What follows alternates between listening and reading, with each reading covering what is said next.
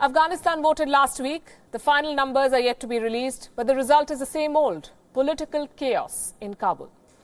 When the US-Taliban talks were on, violence continued in that country. When the talks collapsed, violence intensified, and now this violence has taken a heavy toll on polling. So we have incumbent President Ashraf Ghani and the country's chief executive Abdullah Abdullah locked in a two-way battle. Both the camps have claimed victory already, and none of these camps has been declared a winner yet. As I said, it is chaotic. Here's a detailed report.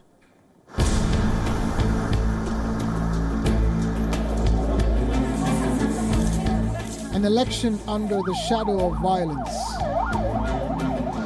Afghanistan voted in a presidential election on the 28th of September. The Taliban still controls large parts of Afghanistan. Around 1,300 Afghans were killed in the first 6 months of this year alone. The turnout, not surprisingly, was poor. Barely 30% of the 9.6 million registered voters cast their ballot. That's less than 1 in 3 Afghans. Sitting President Ashraf Ghani and his chief executive Abdullah Abdullah are the frontrunners in a field of 18 candidates. First, Abdullah Abdullah claimed victory even before the preliminary results are out. در وضعیت موجود Based on the current situation, the election will not go to a second round and our team will establish the future. حکومت آینده را تشکیل میدیم. The country's independent election body slammed Abdullah. Preliminary results are not expected before the 19th of October. Final results will be announced on the 7th of November. And if no candidate gets more than 50% of the votes, then the top 2 contenders will have to go in for a second round of polling in November. The Electoral Commission made it clear that no candidate had the right to declare victory before the results are tallied.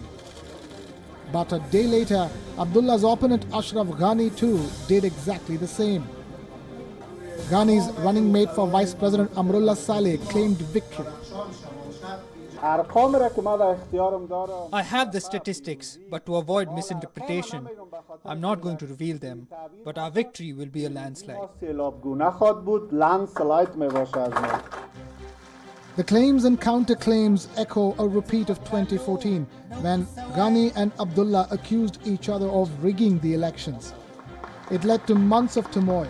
Eventually, Ghani and Abdullah agreed to a national unity government. The United States had to step in to broker a power-sharing deal.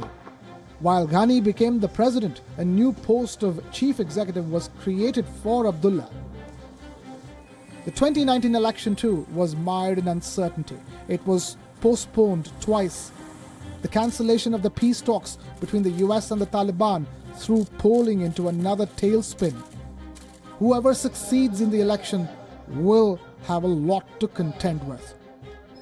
The economy is teetering. The Taliban has shied away from talking to the Afghan government, and security remains a perennial problem.